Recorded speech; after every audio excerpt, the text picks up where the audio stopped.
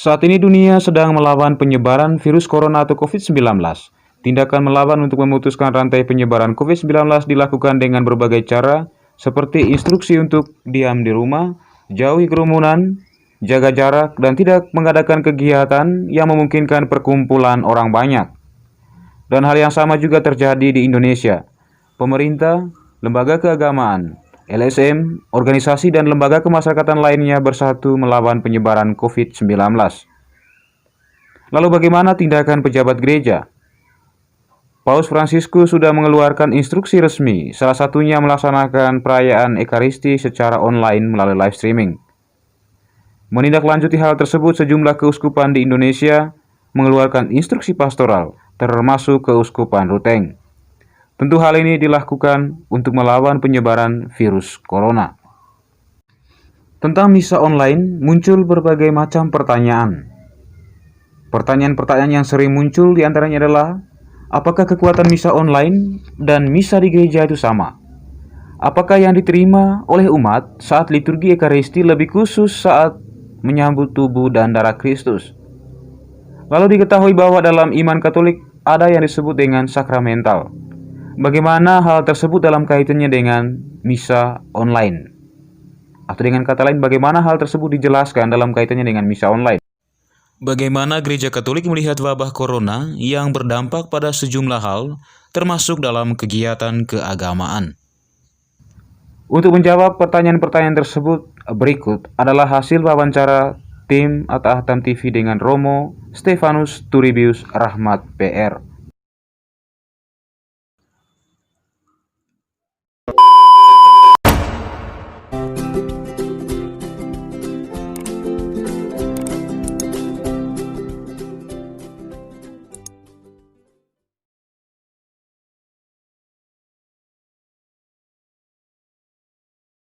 Baik, terima kasih Pak Felix untuk kunjungannya hari ini. Kita bisa berbagi terkait dengan apa yang kita alami akhir-akhir ini terkait dengan penyebaran virus corona ini. Tentu bahaya ini berdampak pada sejumlah hal, termasuk juga dalam kegiatan keagamaan kita, orang-orang Katolik, di mana seluruh rangkaian perayaan Ekaristi selama ini, sejak diumumkannya darurat COVID-19 di negara kita ini, seluruh rangkaian perayaan Ekaristi atau juga kegiatan keagamaan lainnya itu dilaksanakan secara online. Lalu pasti muncul sejumlah pertanyaan, apakah misa online atau juga misa di gereja itu sama? Ya, jelas berbeda dari segi tata acara atau tata upacara peribadatan secara liturgis, itu pasti berbeda. Ya, jika kita telusuri bahwa misa di gereja tentu ada imam yang memimpin Ekaristi dan juga ada umat yang berpartisipasi secara aktif dalam perayaan itu. Aktif berpartisipasi dalam nyanyian dan juga mendengarkan sabda Tuhan, menyambut tubuh dan darah Kristus. Sedangkan misa secara online atau live streaming memang sama-sama merayakan Ekaristi, tetapi dengan cara yang berbeda, yaitu imam memimpin Ekaristi tanpa kehadiran umat. Umat berada di rumah masing-masing untuk mengikuti perayaan Ekaristi secara online. Umat berpartisipasi untuk membaca, untuk mendengarkan sabda Tuhan, tetapi tidak menyambut tubuh dan darah Kristus.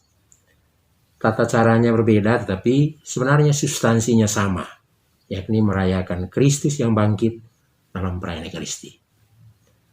Lalu ketika ditanya di mana letak kekuatan dua perayaan itu, kedua bentuk perayaan ini tentu memiliki kekuatannya masing-masing. Perayaan di gereja atau merayakan Ekaristi secara bersama-sama di gereja, kita sebenarnya berkomunio, bersekutu sebagai umat beriman, yakni mendapat kekuatan dari sabda Tuhan sendiri, dan tentu berpuncak pada kekuatan tubuh dan darah Kristus yang kita sambut pada saat komuni kudus.